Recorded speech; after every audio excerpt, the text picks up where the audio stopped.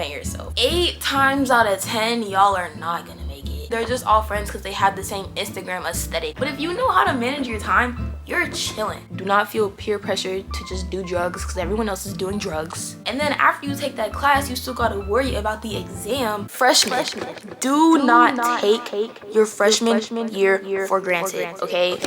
Hey everybody, welcome back to my YouTube channel. My name is Roche for those of you that don't know me, and for those of you that do know me, welcome back to my channel. As we all know, school's about to start in 2 weeks, unfortunately. So I feel like me going into my senior year of high school, this is probably the last time I'm gonna make one of these videos, but the one that I made last year was like literally a joke. Like literally a joke. Since this is my last year, I might as well actually be serious this time. I'm just gonna go ahead and get right into it. I only have 3 categories though, I will say that, but they're kind of hefty. So okay, so I basically split up my advice into social life, relationships, and then grades. So first we're gonna start with social life, okay? Don't be afraid to like be who you are. Be who you are.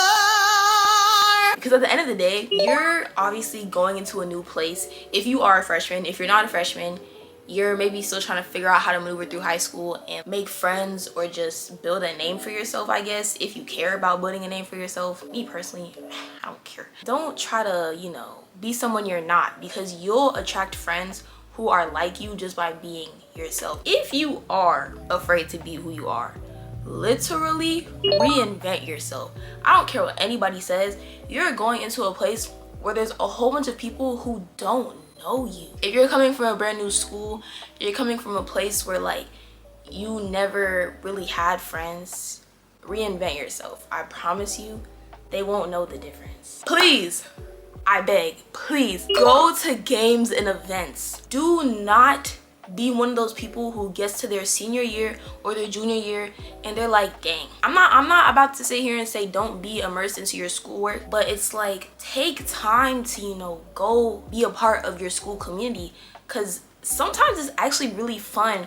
Those homecoming games, homecoming in general, prom, go to all of those events, especially at football games, basketball games. They're so much fun. Just go, please, because if you don't, you will regret it. I hate to say it, but I'm gonna say it. Don't get too attached. All your friends in middle school or all your friends that you had freshman year, 8 times out of 10, y'all are not gonna make it. I really hate to break it to you, but y'all are not gonna make it. It's not always for bad reasons. Sometimes you don't have the same classes as those people. So like if you're not seeing those people throughout the day and y'all already didn't hang out outside of school, like it's literally raps. But that's okay though, because there's always room for new people. When God closes one door, he opens another. Movies, it's so real. There are cliques. Like there are the popular girls, there are the girls that play sports, not even girls but guys too. Like everyone has their own little thing. But I will say, please do not get caught up with the popular people. They are not worth anything to you, I promise you. Like 9 times out of 10, they're just all friends because they have the same Instagram aesthetic. Like they don't know each other for real. They do not even like each other. They don't even like each other, so they will not like you. Like they really just come into your life to mess you up personally. And yes, I'm speaking from personal experience. Please, I really sound like I'm begging y'all because I really am. Do not waste your money at the vending machine. I will say I am a victim. I'm a victim. I've probably wasted about more than $100, and I know that sounds so crazy because everything in the vending machine is only $2, but I know for a fact I've wasted more than $100 every single year just buying something from the vending machine. Bring snacks from home, because it's gonna get to a point where you're hungry and you're starting to beg people for food, and now you just have a bad look. Like I've watched it happen. In high school, most teachers, they let you eat in their class regardless, as long as you don't make a mess. But I know there are some teachers that don't like you eating in their class, but 9 times out of 10 they will. So just bring a snack. I know at my high school we have 6 different lunch periods, but it's like split. Like 4th period is split in half, 5th period is split in half, and then 6th period is split in half. And I know people who have like the very last lunch, like 6th period lunch. Like we only have 7 periods a day. So if you're coming to school at 7:20 a.m. and your lunch period is at 1 p.m, like just bring a snack, please. Do not let people laugh you out of your interest. I remember my first year of high school. I'm in orchestra, right? I remember my first year of high school. I met so many people who would always be like, orchestra? You will find people who enjoy those same interests along with you. Don't let other people's images like perceive yours. I got one thing to say about drama and one thing only. Stay out of drama, but watch it from the sidelines. Just don't get involved, because your life will be made so much easier if you're not in it. But I will say it's the most entertaining thing to watch. Just don't be in it. That's all I'm saying. Don't send nudes. That's it. It'll come back to bite you in the butt. I don't care how much you like that man. I don't care what he said he'll do for you. Don't send them. Do not feel peer pressured. Peer pressure is such a real thing. Let me just bring y'all a little bit closer for this one. Peer pressure is so real. Drugs, sex, drugs. Don't feel peer pressured to do it. You may want to try it, and if you are headstrong, I'm not about to say go do it, but you know yourself. You know yourself better than I know you. Just be safe. Do not feel peer pressured to just do drugs because everyone else is doing drugs, okay? Or just drink alcohol because everyone else is drinking alcohol. Relax. Your time will come, all right? Your time will come. Don't force anything, all right? Okay. I feel like everyone's biggest fear coming into high school is, what will he think of me? What will she think of me? What will they say? In reality, nobody cares. Like, at the end of the day, there's so many different people walking around school. I know I've never seen everybody around my school before, but the people that I do see in school, like, I don't really care what y'all are doing. And I promise you, no one is looking at you. Everyone's either just trying to find their friends or just trying to get to class. Like, everyone's on their own mission, so no one is looking at you for real. I feel like that's all I got for social life. Let's move on to relationships. My relationship category is so small because I will say I didn't really date in high school for real. I just kind of learned from other people's experiences because in the back of my mind, I always knew that it was a waste of time. But let me just tell y'all what I've, gathered. If the grades don't touch, neither should you. If you are an incoming freshman and you're over here looking at the juniors and the seniors, you notice how 9 and 11 don't touch? That means you shouldn't either. In the real world, like, a 2-year, 3-year age difference isn't that crazy. But in high school, like, I don't know. It's just something about 14 and 17 that just blows my mind. They're going to college and you're still struggling to get through biology. Please do not date anyone from your school. Dating people in the same school is a recipe for disaster. Because first of all, when you start dating in high school, your relationship becomes everybody's relationship, okay? So now everyone knows your business, everyone's looking at you, everybody sees you. So as soon as y'all break up, and I'm not about to say if, because y'all will break up, but as soon as y'all break up, now everybody knows. And then for some reason, you just see his friends everywhere. You just seeing him everywhere. You still have to see him because at the end of the day, y'all go to the same school. Do not ever date anybody from the same high school. Dating in high school is an experience. So I will say it's up to you, definitely, depending on the type of person you are, because I know there are people that, they're more focused on school more so than relationships, and honestly, all power to you. But if you are one of those people that's like looking to be in a relationship in high school, I'm gonna say do it at your own risk. But I feel like me personally, being in a relationship in high school was such a learning experience because it makes you realize how trash they all really are, and then you can take that and apply it to your life, learning experience or whatever, but up to you. That's it for relationships. That's it. Nothing more, nothing less. Now let's go on to the important stuff, which is grades. It's what we're here for. Please, I feel like I've said I'm begging y'all in every single advice and tip I've given y'all, but I'm begging you, go to orientation. I don't know how everyone else does it at their high school, but I know at my high school, the first 2 days of school, we don't have like the tardy bell or whatever.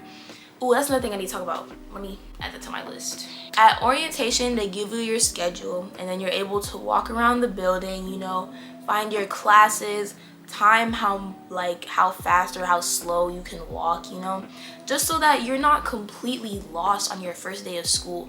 Even though when you do go to orientation, you still might end up being lost anyways, but orientation definitely helps just so you're not that confused on the very first day and you've already had like your first run through. You already met your teachers, maybe already seen who's in your classes, just in case you know somebody. So going to orientation is very helpful.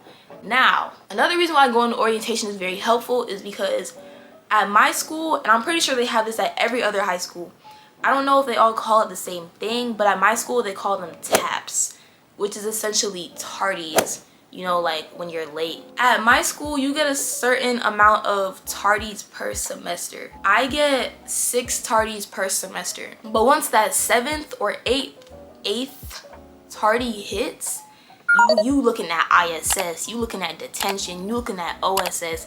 And for the people that don't know what that is, ISS is in school suspension and then OSS is out of school suspension. And I think if you rack up more tardies after that, then it's like, it's wraps. Like, you just gotta go. I understand you're walking in the hallways, you see your friends, you want to talk. No one is saying you cannot talk, but just manage your time when you're talking to them. Like, if you got a class upstairs and you all the way downstairs and you know you only got 2 minutes, you over here talking to Keisha, you gotta tell Keisha bye. Freshmen,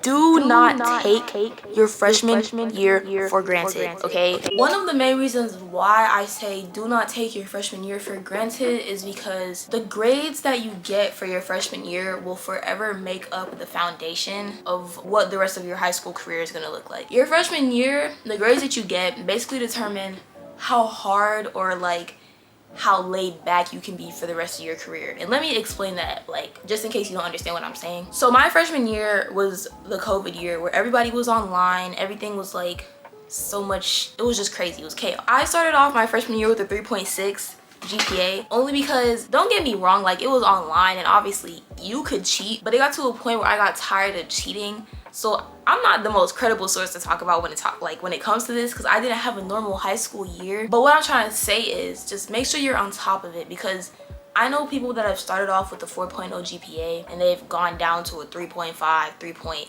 just down. And I know people who have started off with a 4.0 and they've stayed at that 4.0, maybe like 3.9, they were able to chill. But if you start your freshman year off with like a 3.0, maybe like a 2.5, now you're working so hard your sophomore, your junior, your senior year to like catch up, and sometimes it's never enough. Okay, let's talk about AP classes. AP classes are something that a lot of parents stress, a lot of colleges stress, and don't get me wrong, they should be stressed. But I will say, don't take an AP class unless you are A, genuinely interested in it, B, you know you can get a good grade in it, or C, you know that like it'll help you with your major. And if you're not even thinking about your major yet, and if you don't even know what you want to major in, that's completely fine until you get to like, I don't know, your junior year. But like, if you're a freshman, sophomore right now, relax. AP classes, they can either make you or break you. That AP US history broke me. Because if you take these classes just for the sake of, oh yeah, I took an AP class, and you don't like the class or you're not good at the content, you're gonna end up A, failing that class, and then it's on your transcript forever.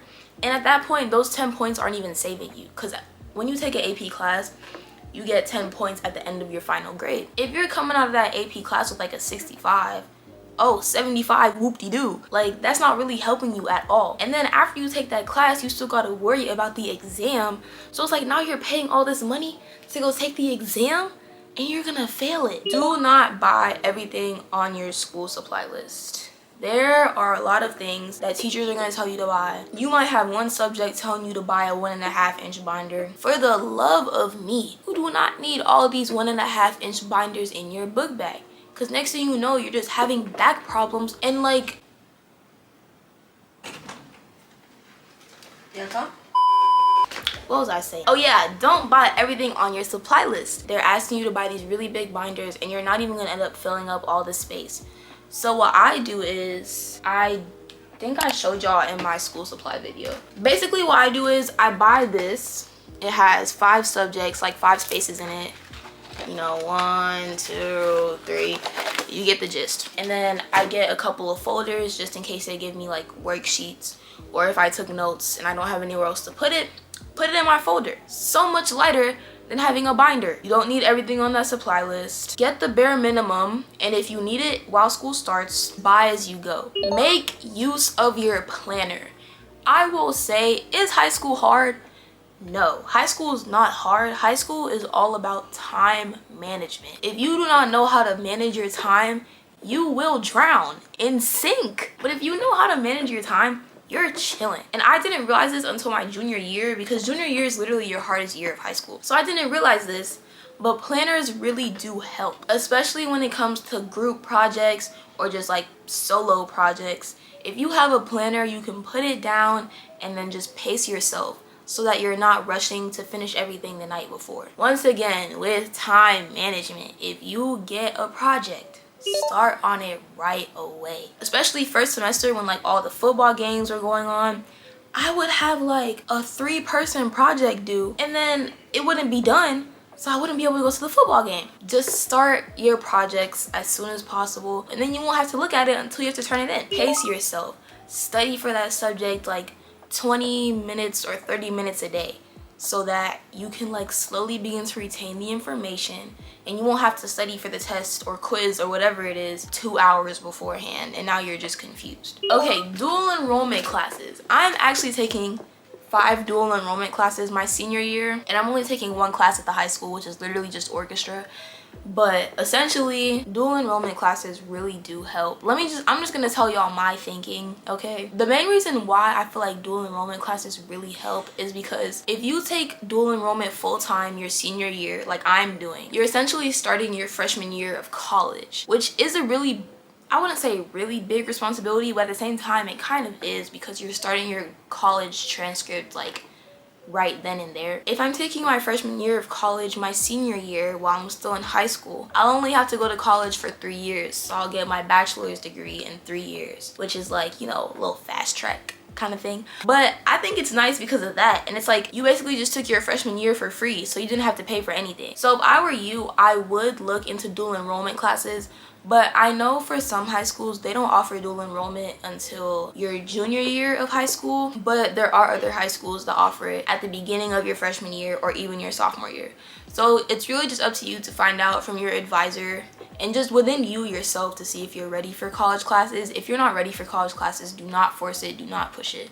But if you are and you want to take that extra step, please run up the government's pockets. You will have teachers. You will have teachers that will be on your side through thick and thin. Like, that's my dog. Then you will have teachers that are just absolutely sent from hell themselves. Please do not ever be afraid to speak up against these teachers. They're there to serve, not serve you, but they're there for your benefit. So if you see that like a teacher got an answer wrong, teacher changed the date on like something, any minor inconvenience to you, do not ever be afraid to bring it up to the teacher. Don't be afraid to ask for extra credit. And another thing is, don't feel like you have to already be on the verge of having an A or on the verge of having a B just to ask for extra credit. If you already have an A in that class, still ask for extra credit. There have been times where I've taken like really hard classes and I've had maybe like an A, like a 93 in the class, and I asked for extra credit, ended the semester with a 96,